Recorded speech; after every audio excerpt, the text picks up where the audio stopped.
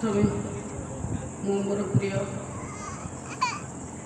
जो गुरुजन मैंने बहुत खुशी लगे जहाँ मंगुड़ी ज्योति निमंत्रण कर समस्ते पदिए कथा कहबी समस्ते तो सब कथा कहते प्रकृत वाक्य जो थाए पिता धर्म पिता स्वर्ग पिता ही परम तप पितरी पितिम कन्या पियंती सर्वदेवता ताहा मो बापा पाखु जानी सी अति सरल लोक थे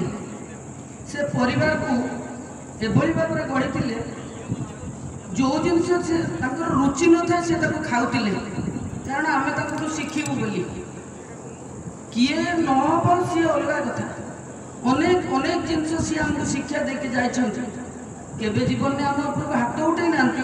किंतु प्रत्येक कथार किसी गोटे थाए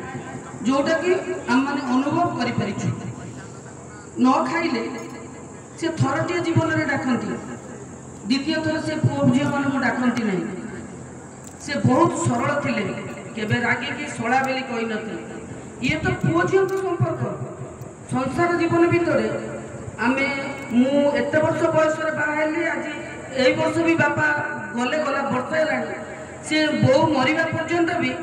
से संसार जीवन भितर स्त्री की तू बोली कही नथिले किंबा स्वामी स्त्री भितर जो जुक्ति तर्क आम शुणी नथिलु परिवार रे भाई बंधु भाई भौणी भितर जहाँ भी हो जाऊ से केबे काहाकू समालोचना आम आगे करती नहीं कि आम कर से खुशी हमें सी तो करुच्ची सी पाइब तुम चिंता करने कौन अच्छे से यही हितोपदेश आमको दौले केबे परिवार कौन गाँ कौन साई भाई कौन कौन सी लोक विरुद्ध रे से आम आगे आलोचना करती नहीं से सब बेले चाहती जे पिलामानंकु याठार दूरे रखापी से जड़े आदर्श शिक्षक भी थे मो हाथ धरिकी पाठ पढ़ाई सी मत अनेक शिक्षा देती सी साइकेल आगे बसई गप कही कही गणित पढ़ाऊले सी मुझे अन्य पिला पाठ पढ़े मु भावे ये केवल मो बापार अवदान बापा मत बहुत किसी कर समस्त सत किंतु मो अनेक किसी त्याग कर प्रत्येक कथा मु रागी बेली मोर प्रत्येक रफ खाता लिखि दियंती क्रोध आसे अनुताप क्रोध आसे निर्बोधतार से सब ये अनुताप सब रफ खाता मोर लिखि दियंती